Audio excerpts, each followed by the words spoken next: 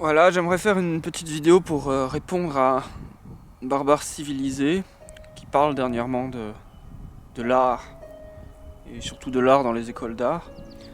Alors je pourrais répondre sur quelques contradictions qu'on peut apercevoir dans ses propos, mais c'est pas grave, ça me gêne pas tant que ça qu'il y ait des contradictions, tant que les gens expriment des choses qui sont intéressantes, on peut faire avec les contradictions. Pour souligner une des contradictions, c'est peut-être qu'il semble vouloir un art démocratique, que tout le monde puisse comprendre, que tout le monde puisse aimer, tout en utilisant des références uniquement de personnes qui ont une morale aristocratique, comme Nietzsche, comme Napoléon, comme d'autres.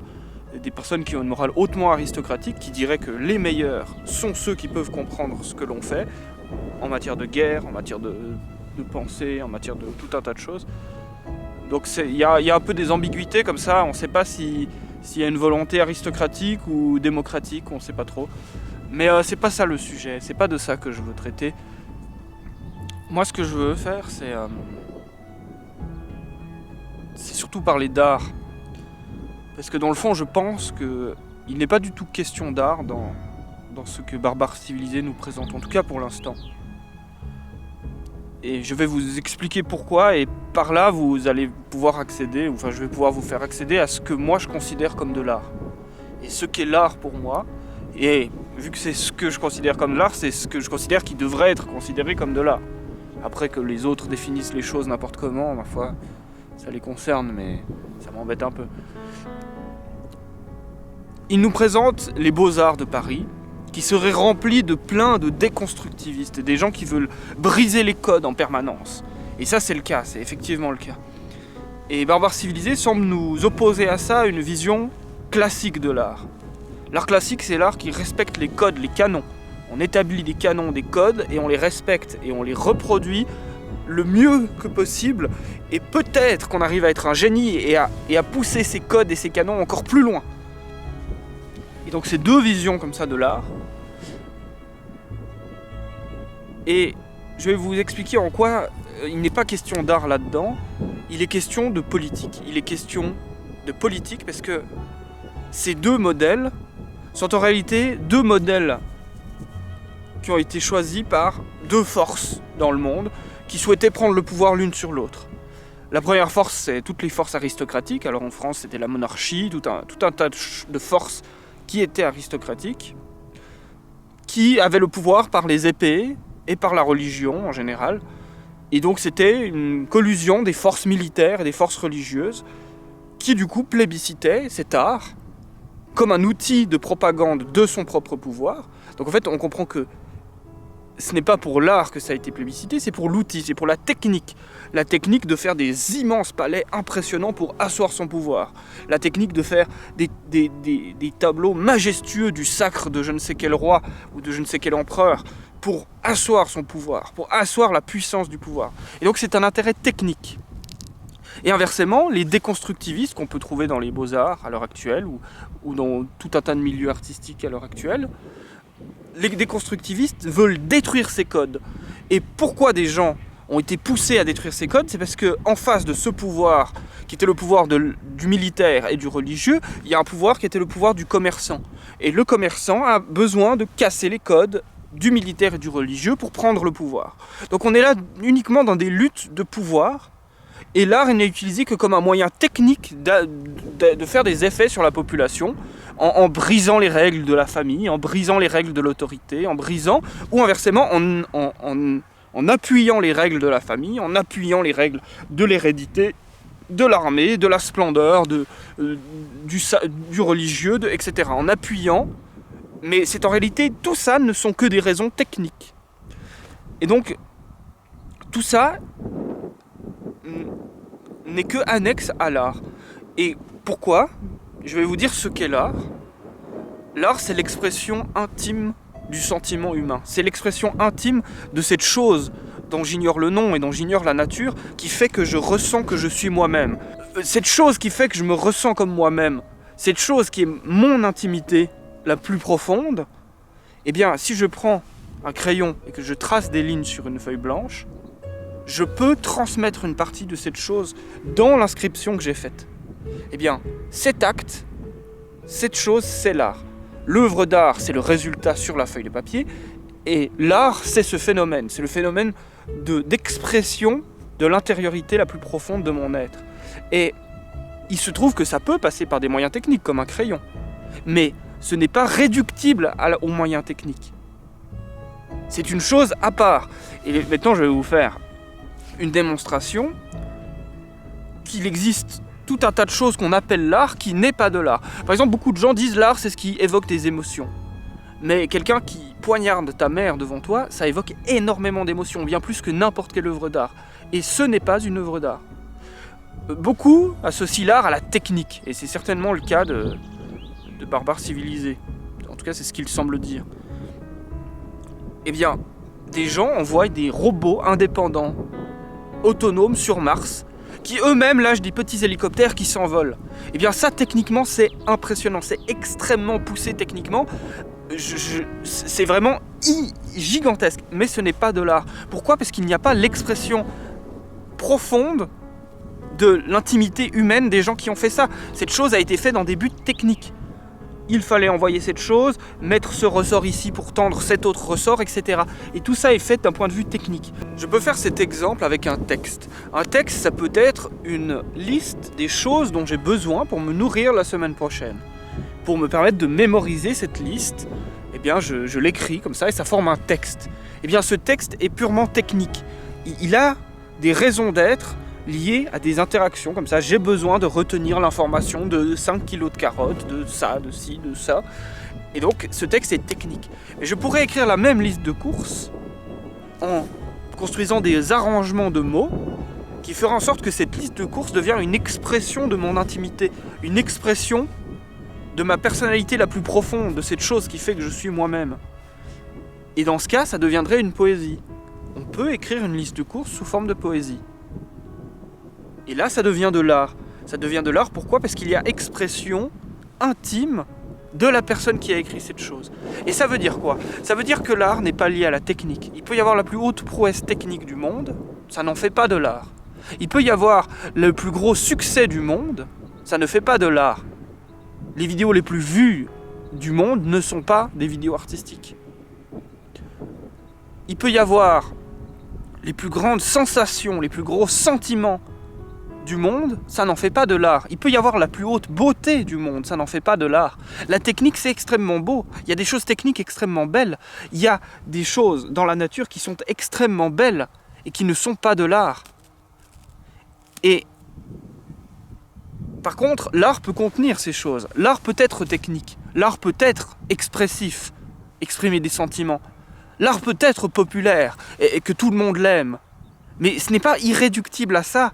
L'art, ça peut être une fillette de 6 ans que personne connaît, qui dessine en cachette sur une feuille.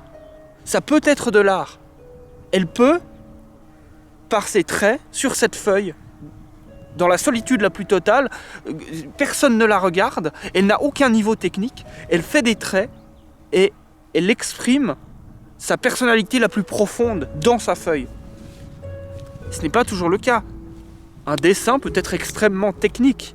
Quelqu'un qui dessine, qui fait des traits sur une feuille pour construire un bâtiment, pour avoir les cotes de construction d'un bâtiment, c'est technique.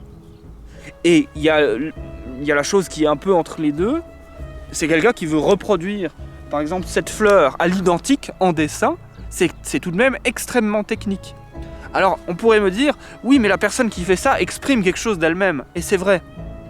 C'est vrai, mais exactement comme la personne qui achète 50 kilos de carottes au lieu d'acheter 1 kilo de carottes exprime quelque chose d'elle-même.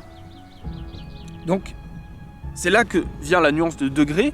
Il y a des niveaux d'expression. Il y a un moment, dans la peinture, dans la musique, dans la danse, dans la littérature, dans tous ces arts qu'on considère les arts les plus réputés, j'ai plus le terme, c'est un nom, ces arts, les grands arts. Mais il y a un moment dans ces activités où il y a comme ça un pic de capacité d'expression de son intériorité.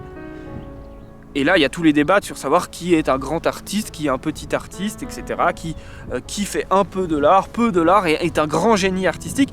Et pourquoi pourquoi il y a ces différents degrés? Parce que des gens, quand ils font des traits sur des feuilles, expriment intensément leur intériorité et ont une intériorité extrêmement riche.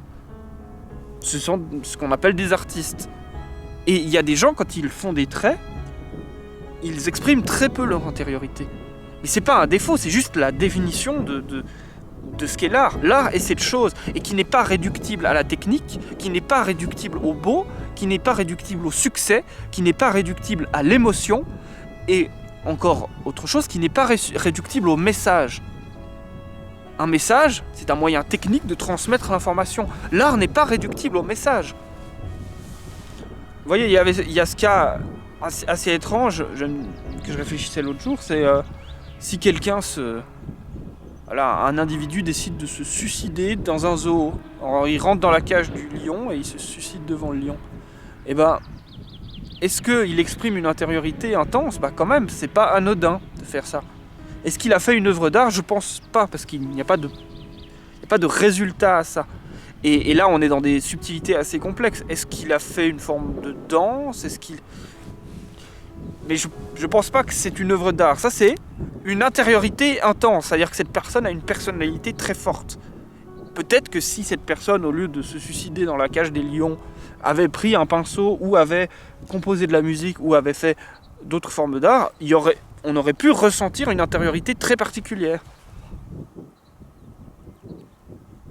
Et donc, c'est pas nécessairement de l'art de faire des choses bizarres et étranges, mais le fait que quelqu'un fasse des choses bizarres et étranges et anormales dénote une intériorité assez particulière.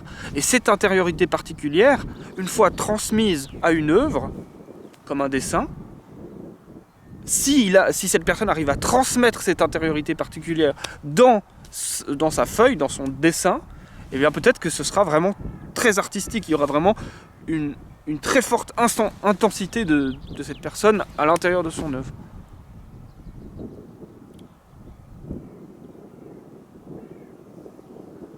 Voilà. Donc si votre œuvre consiste à dire qu'il faut avoir des racines, etc., c'est très bien, hein, moi je suis complètement d'accord avec ça, qu'il faut avoir des racines s'ancrer dans le passé, etc. Mais c'est pas parce que votre œuvre dit ça que c'est une œuvre d'art. C'est une œuvre technique peut-être, c'est un message, c'est une communication. Ça n'en fait pas nécessairement une œuvre d'art. Est-ce que vous exprimez vraiment votre vous profond en faisant ça? Non, je ne pense pas. Ce qui s'est produit, c'est que dans l'histoire, des gens ont compris que l'art était important. Justement, l'art, cette intériorité humaine, c'est quelque chose de gigantesque, d'incompréhensible, qui dépasse beaucoup de tous les cadres de compréhension que l'on a. Il y a quelque chose d'extrêmement intense là-dedans. Et cette intensité a fait qu'on s'est dit, en fait, on pourrait utiliser ça pour des moyens techniques. Utiliser cette intensité qu'il y a dans l'art pour orienter les foules, etc., pour des moyens techniques. Mais ce n'est pas réductible à ces moyens techniques. Me venait un autre exemple en tête, là, juste à l'instant, mais je l'ai reperdu tout de suite, je crois. Et vous voyez, dans la façon de parler, voilà, ça c'est intéressant. Là, on est dans la transition entre quelque chose qui est purement technique. J'émets des sons pour que vous les receviez. Et on est à la limite de la poésie. Quand on entend quelqu'un parler, son expression orale, c'est beaucoup plus marqueur de son intériorité que quand on voit quelqu'un tondre le gazon, la plupart du temps. Quand quelqu'un tond le gazon, la plupart du temps, c'est exactement la même démarche et c'est purement technique. Mais quand je parle, là, on est à la limite de la poésie. Je pense pas que ce que je fais là est de la poésie, mais on est en train d'augmenter. C'est une activité qui reflète assez fortement l'intériorité de ma personne. Et quand quelqu'un parle, par le choix des mots, par le rythme des mots, par les intonations, si vous avez l'image, par les mouvements, par les mimiques du visage, par tout un tas de choses, on commence à rentrer dans quelque chose qui est proche de l'artistique. Et c'est pour ça que la poésie, le théâtre, diverses formes d'expression comme ça du corps et de la voix, le chant, sont des actes artistiques. C'est artistique puisqu'il y a expression de la personnalité. Alors que tondre le gazon, très peu de gens arrivent à exprimer leur intériorité en tondant le gazon. Mais ce serait envisageable. Peut-être que quelqu'un tond tellement particulièrement le gazon que quand on perçoit cette tonte de gazon, on perçoit un morceau de son intimité la plus profonde. On ressent cette chose. Voilà, c'était pour vous parler de l'art. Et du fait que beaucoup de choses qui sont en fait des communications, c'est-à-dire la transmission d'un message, ou alors des choses purement techniques, sont considérées comme de l'art. Parce qu'on a réduit l'art à l'activité technique, ce qui n'est pas du tout ce qui est ça n'a juste aucun sens, quoi. Enfin, ça a du sens pour dans l'optique de prendre du pouvoir, dans une optique politique, comme je le disais. Voilà, j'espère que ce n'était pas trop confus. Et je vais vous jouer en direct, d'ailleurs je vais même vous fabriquer l'instrument en direct, la première symphonie pour pissenlit,